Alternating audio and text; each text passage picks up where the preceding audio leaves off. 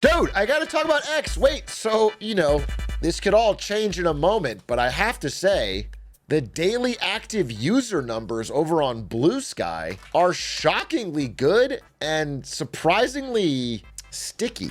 They're not exhibiting the same peak smash that Threads had. I personally haven't been able to get into Blue Sky. I go there and it's like, it's just too nice for me. I think my brain's broken. As I've said, I try to scroll Blue Sky and it's like, it's just everyone is too nice. And I don't know, I'm like on edge. It feels like it's like I spent 20 years in prison and I can't assimilate in society. I need to find a way to adapt. Not enough racism? That's not what I said. That is not what I said. I just found that everyone is so nice on there. There's not like enough spice. There's not enough seasoning. As a Latino, can you confirm? What is I will vote. Connor eats pants. Oh my God, I will vote. I will vote. Connor eats pants. Vote for Connor.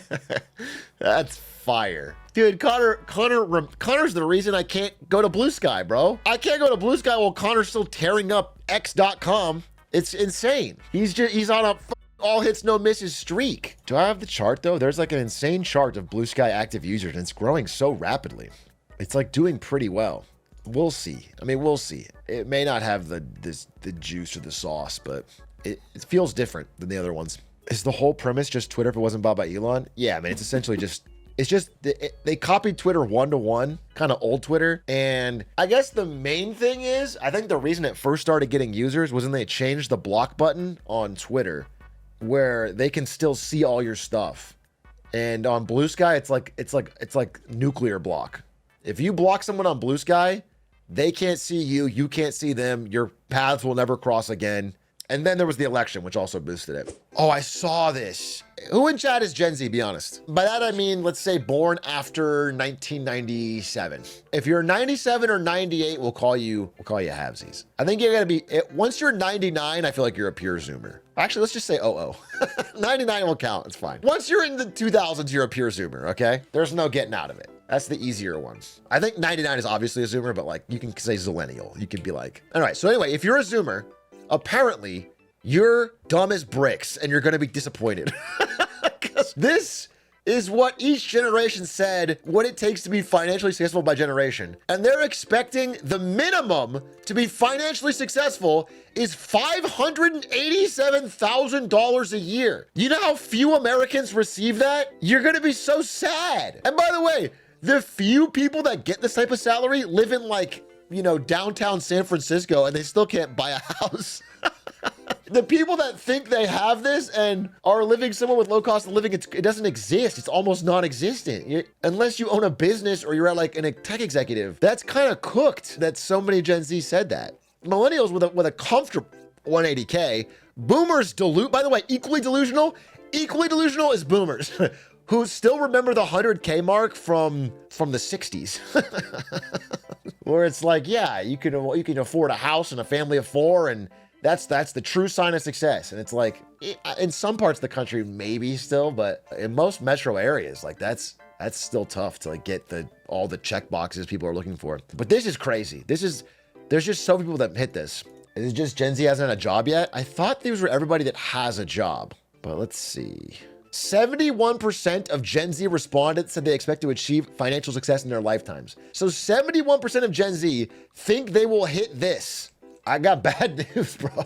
I got some terrible news. I mean, I guess aim high, but like you understand that the greatest way to feel, I don't know, resentment or disappointment is to have a huge gap between expectation and reality. Maybe they're assuming hyperinflation. Do you know what I'm saying? Maybe Gen Z are doomer posting and saying, by the time I'm in my 30s, $587,000 will be equivalent to $4. We'll have such hyperinflation. That's possible. I'm not gonna rule that out. Thoughts on reports of a softer holiday spending this year? Smells like a K-shaped economy to me.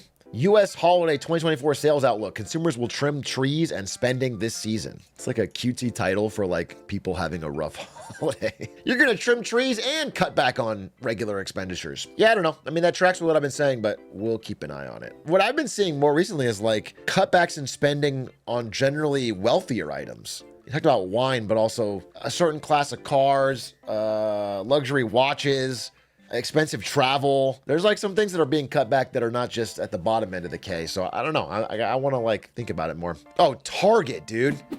Target had a massive fall off. Target had a really bad earnings report. I think their stock dropped 15-20%. Am I crazy? Yeah, dude. That just cratered. They had terrible earnings and terrible holiday expectations. Definitely the type of consumer that would shop at Target is struggling. Hundo P. How is Costco thriving? Bro, everybody loves Costco. Costco is pure value. You know what the coolest thing about Costco is? From the beginning, they have said, we are only gonna mark everything up by about 14%. That's the profit they make. And they stuck to it. Even in situations where they had like a supply shortage and could have raised prices by more. There's just so many things. There's so many areas they could have done it. And they're like, if we do it once, we'll be tempted to do it again. So they didn't do it. And they've kept that 14% markup and people can trust them. So, you know, you just generally feel like you're getting value there. Then there's the hot dog, which is just really a symbol. It's just a really well-run, efficient business. Everything about what they do all goes back to the idea of value. Even just being in a big not decorated warehouse, people watch that and they go, wow, they're not wasting money on these things. That means they're passing along more savings to me. Everything they do in the consumer's mind all ladders back to like, I should shop here more. This is the place to do it. It's a great business. It's the type of business I wish I could have invested in when I was 6 years old.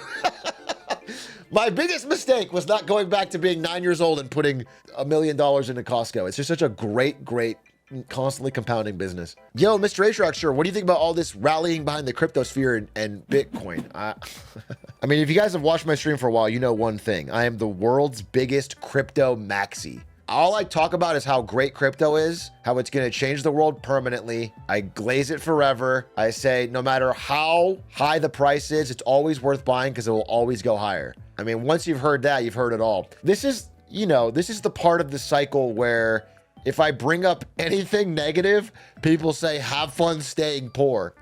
I'm not poor.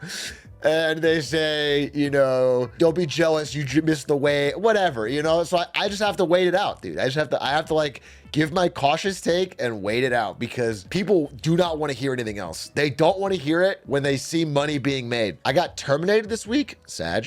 You got terminated this week. What happened though? Oh, but I got a dope severance. I joined a union a few days ago, so I'll have my new job pretty soon. Great week. Damn, bro. You are taking a termination shockingly well. That same week, you got it all figured out. That's a quick bounce back, bro. That's not standard, I think. But good for you. Congrats. And congrats on the severance. Average boomer retirement plan. Bison throws the young member of its herd to the wolves to escape.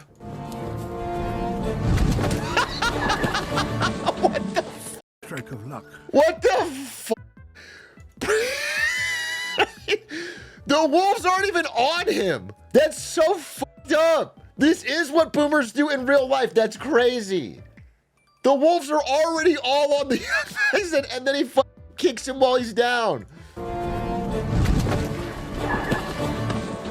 He could have plowed through the wolves. Damn, that's crazy. That is like, what is the real world equivalent? That's like making it harder to get loans on houses that are already super expensive. It's already difficult. It's, you know, maybe it's an honest mistake. You think this is an honest mistake? That's an honest mistake? Yeah, you're probably right. You're probably right. We shouldn't judge him too harshly. Treasury Secretary pick. I've already mentioned it. I said I hope it's Scott Bessent, and guess what? Boom, boom, boom. It's Scott Bessent. I'm actually pretty happy. It's the first cabinet pick from Trump that it has to be someone that Trump would pick, right? So that narrows the options. Of the people he could possibly pick, no one else that was even floated was reasonable to me. I think at the very least, assuming he's not forced into a different, like he's a guy who has openly said how stupid a blanket 20% tariff would be. And he's just a guy that gets it. He just gets, I don't know, he just gets it. I'm not saying, it's going to save everything or work out, but for such an important role, I'm glad it's someone smart. I'm glad.